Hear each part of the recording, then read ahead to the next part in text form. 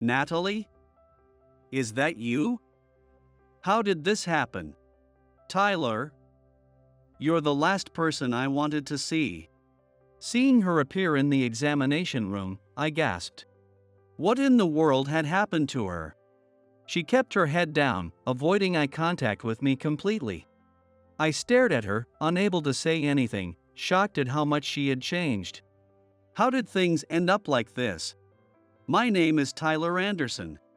I'm a surgeon at a general hospital in Tokyo. Now, thanks to my medical career, I live a more than comfortable life, but I grew up in extreme poverty. Tyler, I'm working the night shift tonight, so make sure you lock up properly. I know, Mom.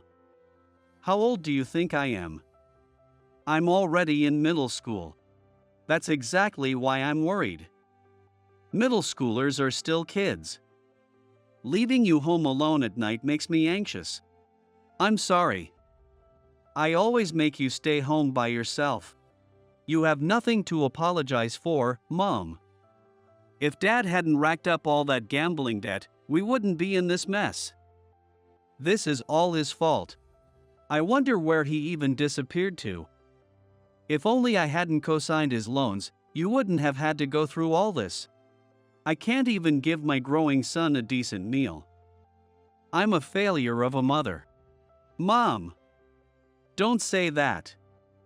This isn't your fault at all.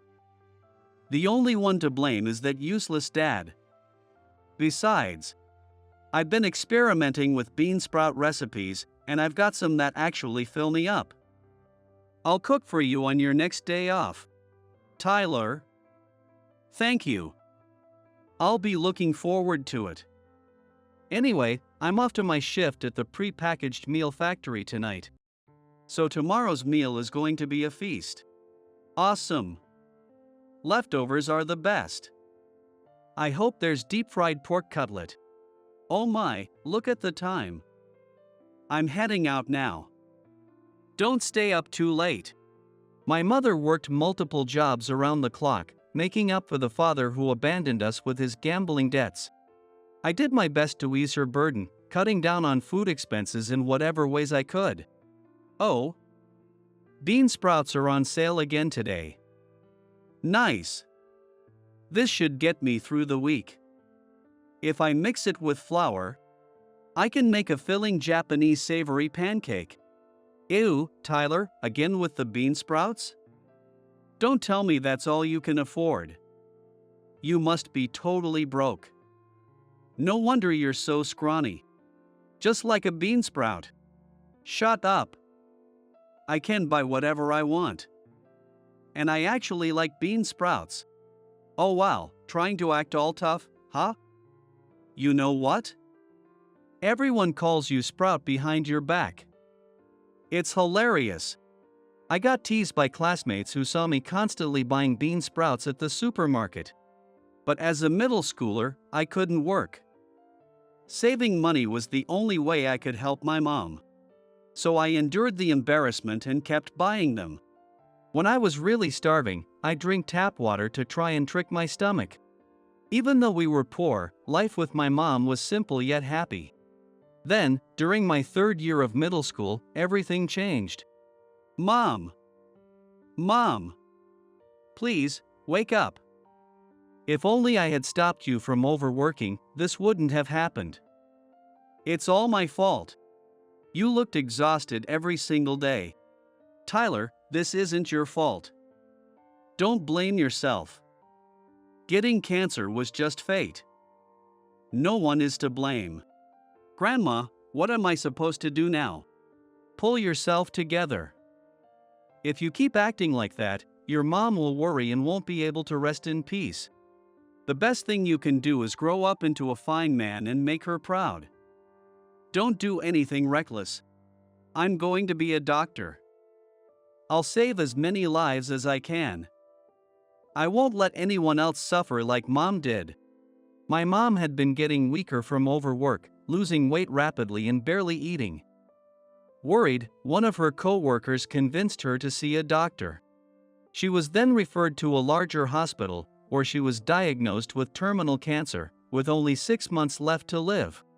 Her condition deteriorated rapidly after that, and in her final month, she was in unbearable pain. All I could do was try to comfort her, and I felt completely powerless. When she passed away, I was heartbroken. But at the same time, I felt relieved, at least her suffering was finally over. I was taken in by my grandmother. From then on, I devoted myself to studying, barely sleeping, and eventually got into a prestigious public high school. Grandma, I'm heading out for a bit. Okay. Off to your usual park, huh? I don't get what's so fun about going there at this hour. Smart kids like you sure think differently from us regular folks. I just like it when it's empty. It's a great way to clear my head. I'll be back soon. I spent every waking moment studying, determined to become a doctor. I stayed at the top of my class, completely immersed in my goal. The only time I allowed myself to relax was at night, when I would visit a nearby park for a bit of peace and quiet. Staring up at the night sky, I felt like the fresh air helped my overworked brain breathe. It was comforting. I treasured those solitary moments. Normally, the park was deserted at this time of night, but that day, someone else was there. A girl about my age was sitting on the swing. When she noticed me, she hesitantly greeted me. Good evening. Good evening. You're Tyler, right? How do you know me? Do we go to the same high school? No, we don't, but back in middle school, the girls in my class used to talk about you. About how you were living on just bean sprouts. Oh, so that's how you know. Yeah, I'm the famous Sprout Tyler. I thought she was just another person here to make fun of me, so my words came out a bit sharp. But when I heard what she said next, I felt ashamed for doubting her. Teenagers get hungry so easily, don't they? I mean, I get hungry all the time. Even after eating my lunch, my stomach's already growling by the end of 5th period. What about you? Isn't it tough living on just bean sprouts? Are you okay? Wait, are you actually worried about me? You're not here to make fun of me? Why would I make fun of you? If you were eating only bean sprouts, there must have been a reason, right? I wouldn't judge you without knowing anything. She introduced herself as Natalie, saying she had attended the same middle school as me. Encouraged by her, I told her about my mother and why I had been eating only bean sprouts. Natalie listened silently. So now, you're living with your grandmother. But since she's on a pension, you don't want to burden her too much, right? Yeah, exactly. Grandma's cooking is delicious, but the portions are small. She tells me not to worry about money, but I can't just ignore it. She's even paying for my high school tuition. I don't have a job, so I can't exactly demand bigger meals. I see. Natalie seemed deep in thought after hearing my story. After that, we met several times in the park at night and talked about all sorts of things. One day, the doorbell rang. Yes? Who is it? Natalie, what's up? Hey. Could you take this curry and cake? What? Why? Well, I made too much, and I can't finish it by myself. So, I'd really appreciate it if you could take some. Whoa! You made this? It looks amazing. Thanks. I'll gladly eat it. I noticed that Natalie had a few band-aids on her fingers, but when I accepted the food, she smiled happily. The curry had slightly undercooked vegetables, but the cake was delicious. From that day on, Natalie started bringing me curry and cake every day. Today's curry is chicken curry, and the cake is carrot cake. I'm really proud of both, so eat them properly, okay? This looks great. Oh, by the way, yesterday's cake was amazing. It had so many chocolate chips, I loved it. Thank you so much, really. But I feel bad just receiving all the time. I want to do something for you in return. Oh, you don't need to thank me. But, if you insist, could you help me with my studies instead? In exchange for the food, I agreed to tutor Natalie. She would bring food every day, and then I'd help her study at my house. Afterward, I'd walk her home. Walking her home, talking about all kinds of things, it became the highlight of my days. Wow, so your dad is a company president? That's insane. You live in a completely different world from me. Guess that makes you a rich girl. Hey, don't call me that. It's not as fancy as you think. They called it elite education or whatever, but ever since I was little, I was forced into all sorts of lessons. Piano and English classes, you name it. Even when I wanted to play with my friends, I had lessons every single day. And from the upper grades of elementary school, they sent me to cram school. So I never got to hang out after school like normal kids. So even rich kids have their struggles. I guess we just have different problems. Yeah, and then by the time I got to middle school, I hit my rebellious phase. I stopped talking to my dad, quit all my lessons without telling them. Eventually, my parents just gave up on me, so I barely studied, and my grades tanked. Wow, so what made you change your mind and start studying again? I saw you studying at the library once. Everyone else was chatting with their friends, but you were just sitting there, completely focused. I thought it was amazing. Wait, me? Oh man, that's embarrassing. Not at all. I thought it was really cool. Seeing that made me realize I needed to start working hard too. So, what's your goal? What do you want to do? I'm not sure yet. But when I figure it out, I'll tell you. Congratulations on getting into university. Same to you, Tyler. Congrats on getting into medical school. As a result of our hard work, we both got accepted into prestigious universities, although different ones. Natalie's parents invited me over for dinner to thank me. As I enjoyed the food she and her mother had prepared, her father spoke up. Tyler, it's all thanks to you that Natalie started taking her studies seriously and got into university. More than that, she started talking to me again after befriending you. I really owe you one. Thank you. Oh, no. She passed because of her own hard work. I just helped a little. You really are as decent a young man as she described. Honestly, when I first heard she was going to a boy's house to study, I was a little suspicious. Ah. I see. Well, that makes sense. If I were a father, I'd be worried too if my high school daughter was going over to some guy's house. At first, yes. But then I heard from my wife that you always walked her home and made sure she called us if it got too late. We talked about how rare it is these days to find such a responsible young man. I'm really glad I got the chance to thank you properly. No, I should be the one thanking you. Natalie bringing me food every day really helped me a lot. So that's why she suddenly asked my wife to teach her how to cook. Now it all makes sense. Natalie's father, Robert, smirked at her, and she turned away, her face bright red. I tilted my head, wondering if I had said something wrong. After entering university, Natalie and I went our separate ways. I enrolled in medical school to fulfill my dream of becoming a doctor, while Natalie went to a national university to prepare for inheriting her parents' company. After high school, we both got so busy with our studies that we stopped meeting in person. We still checked in with each other from time to time, but it was never like our high school days. Through sheer effort, I managed to graduate from medical school and took the national licensing exam that year. Natalie, I got my medical license. I did it. I knew you could do it, Tyler.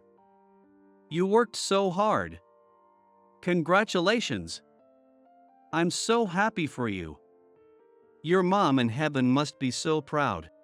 When I called to tell her I had passed, she was genuinely thrilled, as if it were her own success. Hearing Natalie's voice after so long made me happy, and we ended up talking for hours, reminiscing about the past and catching up. Just like old times. But after that, I couldn't reach her anymore. I was busy working as a medical intern, and she had mentioned she was training under her parents for the family business. I figured we were both just caught up in our schedules and didn't think much of it. Time passed, and I finally became a full-fledged surgeon, working at a university hospital. With a stable income, I was able to support my grandmother, who had raised me. As a way to repay her, I rented a senior-friendly apartment for her. And I was leading a busy but fulfilling life. But one day, my life took an unexpected turn. That evening, for once, none of my patients had taken a sudden turn for the worse, and I was actually looking forward to a peaceful night at home. I stopped by the convenience store near my apartment to grab something for a late-night snack when I locked eyes with a scruffy middle-aged man in work clothes smoking outside the store. He looked much older than I remembered, but I recognized him immediately. The man approached me, reeking of alcohol, and spoke. "Yo. Tyler, right? Been a while. You've grown into quite a respectable man. Last time I saw you, you were still in middle school. Dad. Why? Why? Come on, it's only natural for a father to visit his son, right? Listen, I need a favor. Could you lend me some money? I lost it all on horse racing." He grinned, sizing me up as he spoke. "So, you really became a doctor, huh? You remember Jake from school? His mom runs a bar near the station, you know. I happened to hear about you there. Man, you really kept it a secret, huh? Not telling your dad you made it big. None of you business now. I don't consider you as my dad. You abandoned me and Mom, left us with nothing but debt. Because of you, Mom was. Oh, say whatever you want. She was weak from the start. Not my problem. Besides, how do you even know for sure that you're my kid?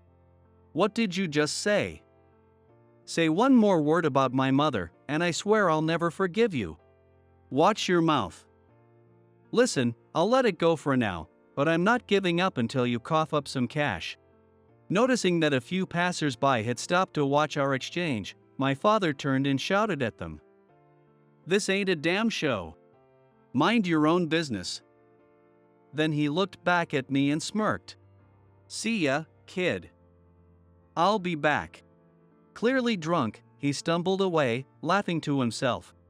I realized my hands were shaking with rage. I would never, ever forgive him. I acted quickly.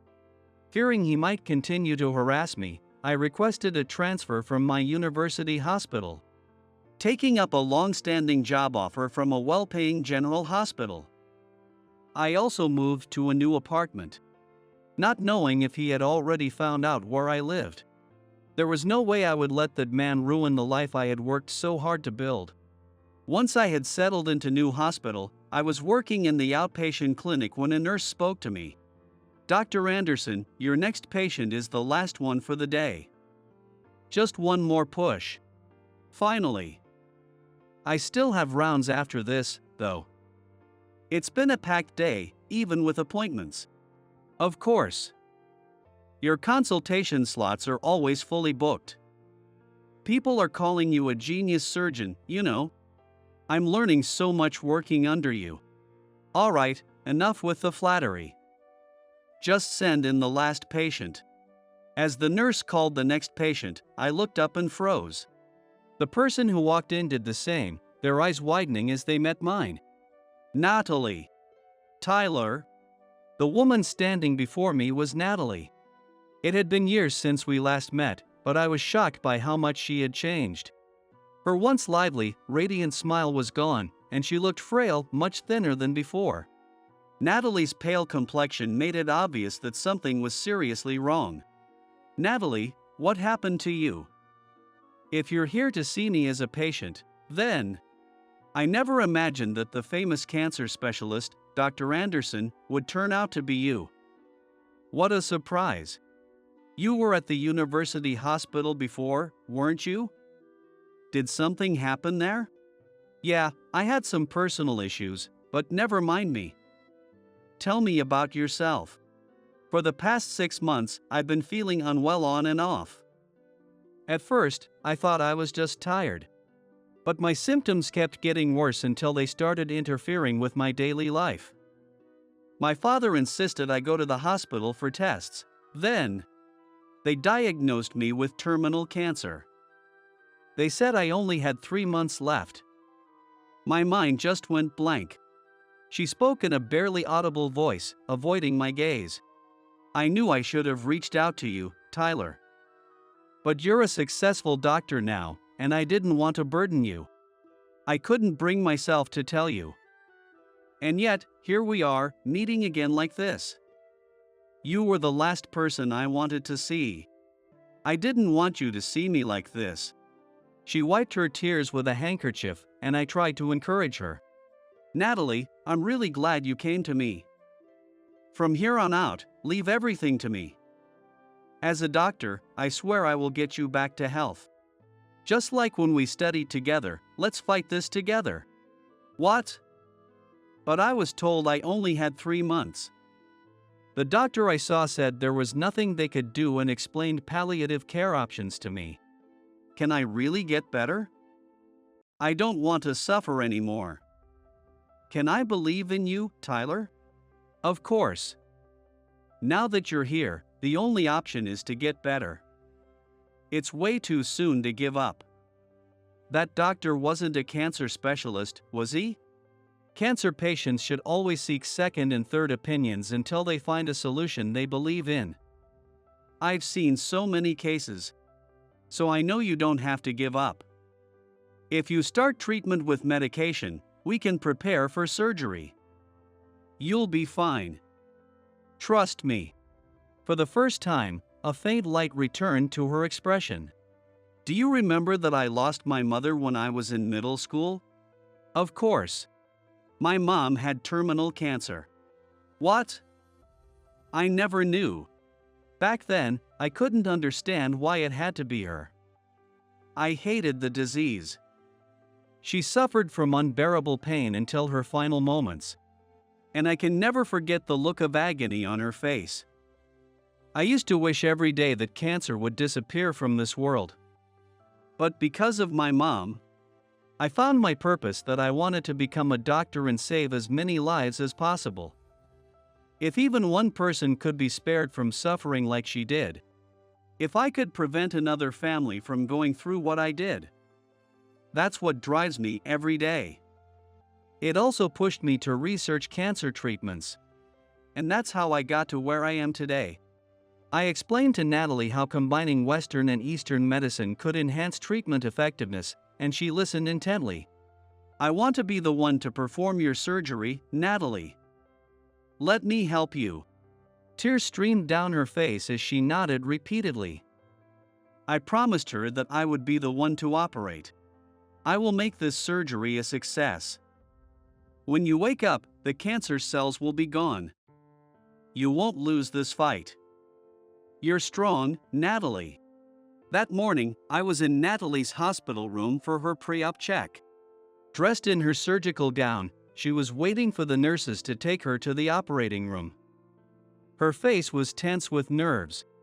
But when I reassured her, she managed a small smile and nodded. If it's you, I know I'll be okay. I'm just a little nervous. I've never had surgery before. Her parents were there too, happy to see me again after so long. They bowed deeply, entrusting their daughter to me. The weight of their trust made me even more determined. As the nurses arrived to escort Natalie, her parents' expressions grew even more tense. A nurse inserted an IV line into Natalie's slender wrist. It was finally time for the surgery. I watched as Natalie was led toward the operating room by her assigned nurse. Once she was out of sight, I turned to prepare myself. Just then, my hospital-issued phone rang. Who could be calling at a time like this? I glanced at the screen and froze. The caller was my grandmother. She almost never called me while I was at work. A bad feeling crept into my gut as I picked up. Hello? Grandma, is everything okay? Tyler, I'm sorry to bother you at work. But that man came here. That man? You mean my father? Are you all right? Did he do anything to you? I'm fine, but he stole the bank book your mother left behind. The one with the savings she set aside for your future. I don't even know how he found out where I live. It's terrifying. I wanted to drop everything and go to her, but I had a major surgery ahead. Damn it, of all times. Excuse me. I wasn't trying to eavesdrop, but I overheard part of your conversation. Oh, I'm sorry. My grandmother is a little hard of hearing, so she tends to talk loudly on the phone. But don't worry. I'll still perform your daughter's surgery as planned. No, I wasn't reprimanding you. Actually, would you allow me to handle this matter? What do you mean? Our family owes you so much, Tyler. I believe my company can be of help in this situation. Forget about your father for now and focus on Natalie's surgery. I promise you'll get good news soon. Leave everything to me, including your grandmother's safety. I hesitated for a moment, then nodded. I had no choice but to trust Robert and focus on what was in front of me. Grandma, I have to go into surgery for Natalie's cancer now. Natalie, you mean the natty girl? Surgery. I can't explain everything right now, but I asked her father to handle things. I need to focus on my job now. I'm sorry, Grandma. What are you apologizing for? You just do your best in that surgery.